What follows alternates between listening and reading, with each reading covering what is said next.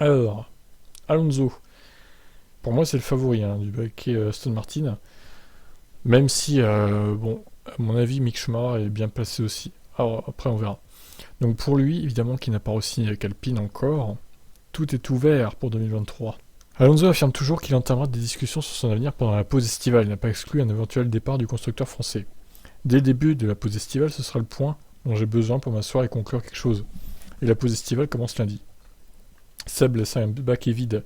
Toutes les équipes sont une option tant qu'elles n'ont pas de pilote signé. Ma priorité est d'être avec Alpine. Nous travaillons et développons ce projet ensemble depuis 2 ans maintenant. Nous sommes de plus en plus compétitifs. Mon souhait est probablement de rester. Mais nous ne sommes pas assis pour conclure et nous n'avons pas trop avancé avec ces choses, donc c'est toujours en cours. L'Espagnol ne se vaut pas ailleurs, en tout cas qu'en F1. Je pense que je suis toujours en forme ici, en F1, très motivé. J'attends avec impatience l'année prochaine, ce que la deuxième année de ces règles apportera.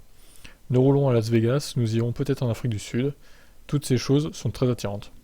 Je me sens très rapide cette année. L'année dernière a été un peu difficile, mais cette année, je me sens à 100%. Maintenant, le Wake ou l'IndyCar, ça résonne comme pas maintenant dans ma tête. Je suis sur la F1, rien d'autre.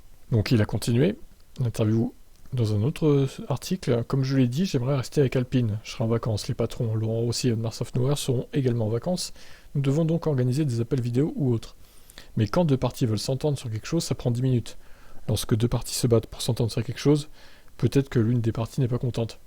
Mais ce n'est pas mon genre de mettre un pistolet sur la tempe de quelqu'un qui ne veut pas ou ne voudrait pas ou ne veut plus travailler avec moi. De mon côté, je sais que ça prendra pas plus de 10 minutes. Donc des pourparlers ont eu lieu entre Alonso et Aston Martin, alors connu sous le nom de Racing Point, avant son retour en 2021.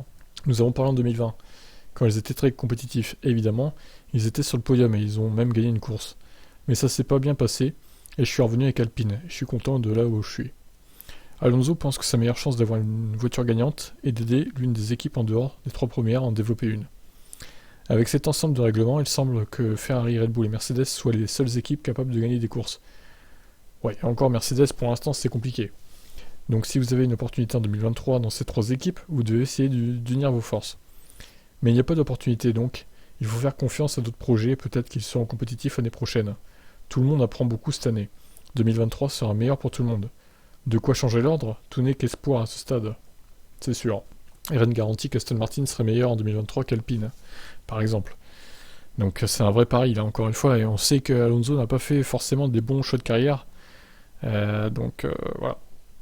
Vettel a remporté ses 4 championnats du monde de 2010-2013 contre la concurrence entre autres d'Alonso, qui est terminé 2e derrière lui. Il nous manquera, après tant d'années à partager, la piste ensemble, de bons combats. De toute évidence, dans tous ces championnats, j'étais également de la partie. C'est un grand champion et aussi un grand homme avec des valeurs très fortes et une belle famille. C'est probablement la décision aussi de cette famille, comme je l'ai entendu. Je lui souhaite donc le meilleur et j'espère qu'il revient dans le paddock après sa retraite. Et ben voilà. Magnifique. Donc en gros, Alonso, pour résumer la situation, il préfère rester chez Alpine. Mais les dirigeants d'Alpine, ils ont quand même le petit Piastri à placer.